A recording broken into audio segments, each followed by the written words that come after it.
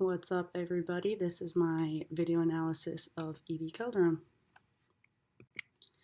So some background information on Evie. She's a catcher here at Lewis. She's played for 10 years, and of those 10 years, she's been a catcher for 8. She has not had any major injuries throughout her career that have caused her to sit out or do rehab or anything major. So nothing in her performance has showed any compensation due to a previous injury. So the movements that I evaluated with Evie were the broad jump, the 40-yard dash, and the 5-10-5 cone drill. So with the broad jump, it measures lower body explosiveness. So I just wanted to highlight the movements that are performed when the individual is actually jumping, so after the counter movement. So the movements are the hip extension, knee extension, trunk extension, and then ankle plantar flexion. So the gluteus maximus, rectus femoris, erector spinae muscles, and the gastrocnemius are the major muscles that are involved. And then other muscles that are involved during this part of the jump are the anterior deltoid and the pectoralis major, which perform shoulder flexion. So that's to increase the momentum for the jump. And this is a list of all the major bones that are involved, because these are the bones that absorb the most force on impact. So the femur, tibia, fibula, patella, and then all the foot and ankle bones, and then also the pelvic girdle. So the sacrum, coccyx, and then the ischium and ilium. And our lumbar spine also absorbs impact as well, but the foot and ankle and then the lower body bones receive the most impact. So the broad jump is not a super complicated movement to perform, but there are still requirements for it to be considered a correct movement. So before jumping, performing a counter movement to create eccentric contractions is required for a greater amount of force to be produced for a larger jump. And then when you're actually jumping, preventing an inward bend of the knee is important, and then exploding up and out rather than just straight out. And then when landing on your toes to absorb the landing, and then lowering your hips once you have landed. So the video on the next slide will just visually show you the proper form. This picture does a good job of showing it, but seeing it happen all at once can be helpful.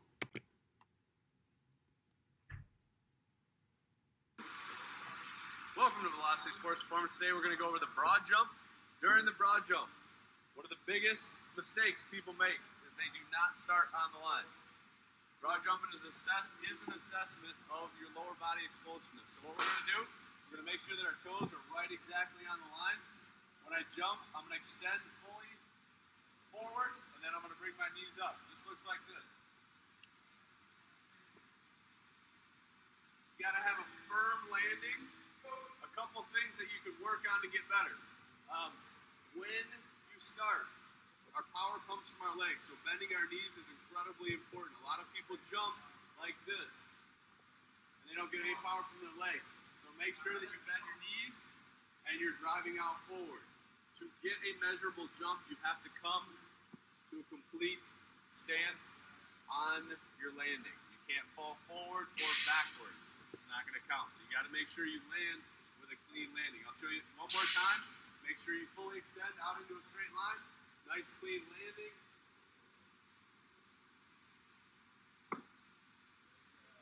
That's the broad jump. So as you could see in his video, one thing that he mentioned was something that people do wrong is a small counter movement. So that's one thing that is a common dysfunction, not having a large arm swing in the counter movement, landing on your heels, and then a negative knee valgus, which I think we mentioned this in class, but the knee valgus is the bend of the knee. So a negative knee valgus value would be an inward bend, so a medial movement of the knee. With Evie's broad jump, the two biggest things that I noticed were a small weight shift at the bottom of her counter movement before she jumped, and then her ending position compared to her starting position in comparison to the line that she jumped on. So you can see that at the bottom of her counter movement, she kind of shifts her weight back onto her right and then sort of onto her left. Um, and then her starting position to her end position, her right foot ends much closer to the line when she lands compared to when she starts her jump. So, in moving on to the 40-yard dash, I assessed the initial acceleration and then the toe off phase.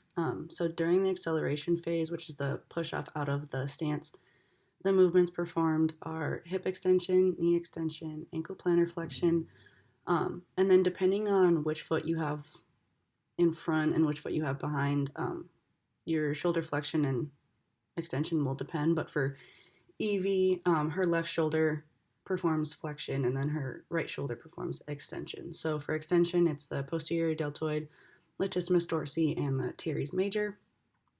And then for the toe off phase, Evie's right leg performs the toe off phase, which is shown in the picture at the bottom. I have it circled. And so this leg will perform hip flexion, knee flexion, and ankle dorsiflexion. And so the tibialis anterior is one of the major muscles in ankle dorsiflexion. So the major bones of the 40-yard dash are the lower body bones, which are the femur, tibia, fibula, and then patella and foot and ankle, and also the pelvic girdle bones, which are sacrum, coccyx, and then ischium and ilium. But also the bones of the wrist, arm, and shoulder are involved, not only during the arm pump of the run, but also as support in the starting position of the run.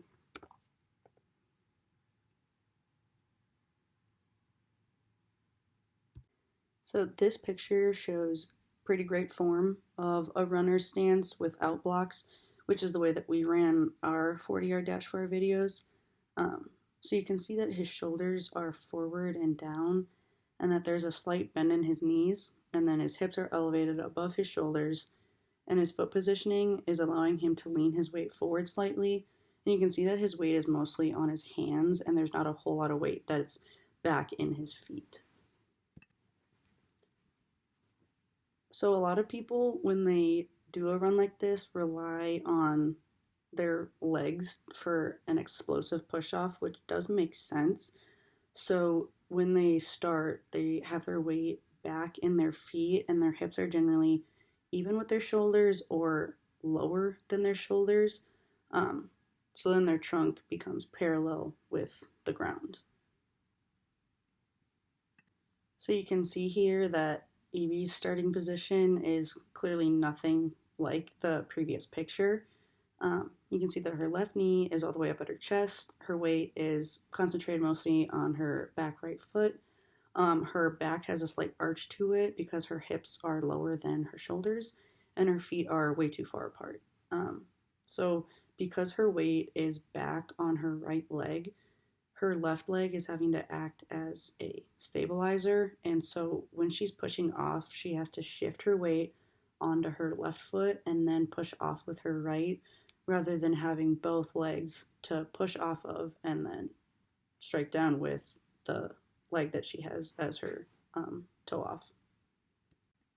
With the 5-10-5 drill, it requires pretty much every movement to be performed because it's an agility based exercise.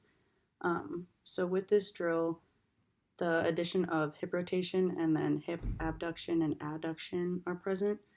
So with hip rotation, the iliacus, gluteus maximus, piriformis, and then gluteus minimus are all part of hip rotation. And then the sartorius, pectineus, adductor longus, brevis, and magnus, and then gracilis, both glute muscles, and the tensor fascia lata are part of hip abduction and adduction.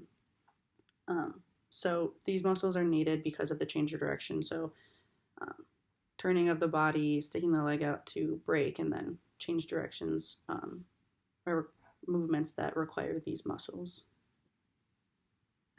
So again, since this is a full body agility drill, almost every bone is going to be involved in some type of way, whether it's for momentum or it's for direct support of skeletal muscle.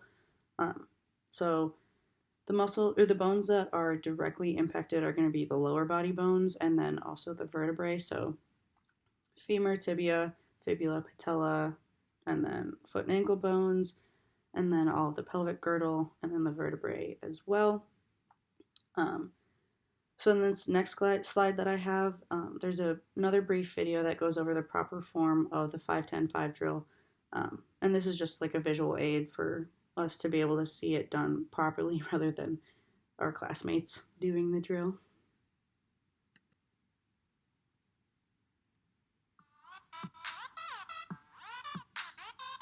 Welcome to the Pro Agility Drill. The Pro Agility, also known as the 5-10-5, gives us an incredible understanding of your ability to move left and right from a change of direction perspective.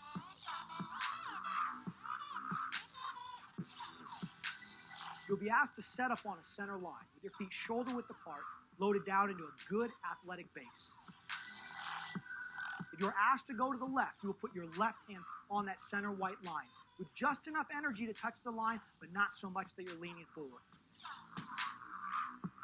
You will then aggressively cut out of your stance. Moving to your left, you will take a series of steps loading into that first cut.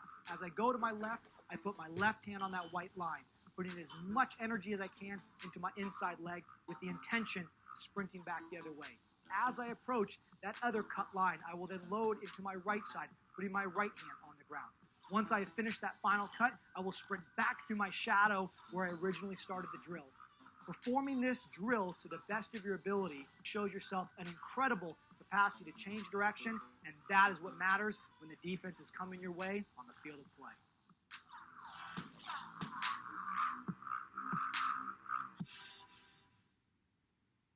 So you can see in this video with the runner, he starts with his feet shoulder width apart, and his weight is mostly on the ball of his foot. And the most important thing that he does is lowering his hips as he changes direction and then loading his inside leg as well. So some very common things that people do in the 5-10-5 drill, during the deceleration phase when they're changing direction, they don't lower their hips and their weight is not completely transferred to their inside leg. And then when they're changing direction, they don't change direction as they're decelerating. They try to stop, change direction, and then go again. And then a couple other things is their posture is upright when they're starting and they're not pumping their arms when they run. So just by looking at Evie before she even starts, you can see that her feet are too wide to begin with. But that's not the major thing that I found in this video. When I identified her biggest weakness, I saw that her stride length when she pushes off of her right foot is longer than when she pushes off with her left foot. So that kind of showed me that she pushes off greater with her right than she does with her left. So these are the dysfunctions that I found with each movement. So with the broad jump, I saw that her body position shifted. And so from that, I kind of gathered that the force produced from her right leg was greater than her left leg. And with the 40-yard dash, her weight was on her right foot before she was starting, and so that led me to think that she was relying on her right leg for explosive power and her left leg to stabilize. And then with the 5-10-5, she had a greater stride length with her right foot, and so that kind of showed me that her weight shift on her right is more natural than on her left. So that kind of reflected how she is as a catcher, where she has her weight on her right, her left is to stabilize, and then when she has to explode, she pushes with her right foot. So then after watching and identifying the most prominent things in Evie's videos, I looked back at her athletic history and reflected on that. So as a catcher, she does place most of her weight on her right leg, and then her left leg is to stabilize and keep her balanced. So when she explodes, to throw the ball to her teammate or to field the ball or something, whatever she does as a catcher, she'll explode with her right leg, which is the leg that she produces the most force with. And so since she's been a catcher for close to 8 years, which is 80% of her career, I thought there was a possibility of her creating this muscle memory of relying on her right leg for the greatest amount of force production. And she doesn't have any muscular imbalance that I could find, especially since she is very active and consistent in the gym with training her lower body. So the fact that she didn't have any muscular problems or injuries kind of led me to believe that this was a neurological dysfunction in which her 8 years of playing as a catcher has influenced her muscle memory. So then all the pictures just kind of show in one spot, like her broad jump, how she jumped to the left because of her right leg, and then her 40-yard dash, her weight's back on her right, and then this is a visual comparison of her left leg stride and her right leg stride. And this dysfunction doesn't seem to negatively impact her sport, considering she is a very consistent player and has a very good stat sheet. However, her performance may be hindered because of this kind of thing, so like she might not be performing at her best.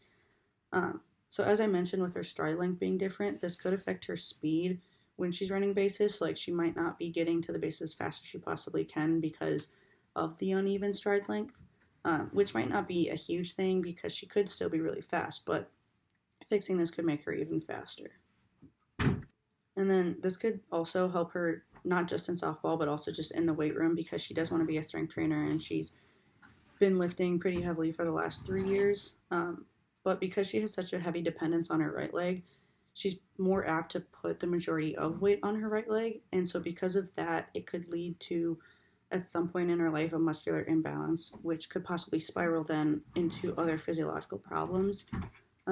As of right now, she doesn't have any major problems, but that's probably because she's only been lifting for 3 years, so she doesn't have as much experience of like creating these consistent bad habits because she's been constantly learning as she's been going on throughout her lifting experience. So Evie's current training program that she does consistently involves a lot of explosive exercises, which is beneficial for her if she wants to increase her muscle mass. But most of her exercises are rapid movements and focus mainly on concentric contractions. So while this is good for muscle hypertrophy, in order to improve the dysfunction that I found in her movements, she really should start incorporating lifts that produce eccentric contractions, because eccentric contractions and exercises are super important in improving neuromuscular control because they increase the number of sarcomeres in series, which essentially is just myofibrils, and then they also target type 2 muscle fibers. And so the incorporation of heavy eccentric loads has been shown to improve the adaptive response in muscular control. So that's why it's super important for athletes like Evie to have a greater neuromuscular control. So then for Evie to improve this dysfunction, she'll have to build up muscle memory in her left leg while still maintaining in her right leg. So to kind of explain how muscle memory works, it goes back to muscular control. So skeletal adaptation, as we know, happens because of the stresses placed on our bones, but neuromuscular adaptation happens because of changes in our DNA muscle cells. So to kind of just keep it simple, the process of acetylation and methylation of DNA changes the activity in the nucleus, and then so these things are influenced by diet, stress, and exercise. So then since exercise is shown to influence DNA activity and eccentric exercise heavily influences neuromuscular control, the incorporation of these exercises into daily exercise improves adaptation even further. So there are a number of ways that Evie can improve her workouts and implement eccentric exercises. So one way is to start using tempo in her lifts. Currently she does a lot of banded resistance and it's all very rapid movements. So when she squats, it's fast down, fast up, which doesn't put as much strain on the muscles as maybe like a negative squat would. So she already does a lot of really good lifts like squats, deadlifts, calf raises, Romanian deadlifts, and then other exercises like lunges. So what she can do to make these even better is occasionally making some of these a tempo lift. So like for squats and lunges, she could do a 3-1-1 or a 4-1-1, which would be 3 or 4 seconds down, 1 second pause, 1 second up. And then she can also start doing some single leg work to increase her control of her left leg. And exercises like speed skater lunges, single leg hurdle hops, and single leg bounding are exercises she could do. And then doing plyometric exercises like this helps to improve speed, jump explosiveness, and change of direction, which are all part of Evie's sport. So by incorporating eccentric loading into her workouts, Evie will experience greater neuromuscular control, which will lead to things like improved performance in the weight room, increased speed on the field, and enhanced explosiveness as a catcher. So all of these things basically will just lead to an overall physical improvement and she won't run the risk of a muscular imbalance later on in her career. And then these are the articles I used that taught me just a little bit more about how cells adapt through DNA, and then the importance of asynchronous training.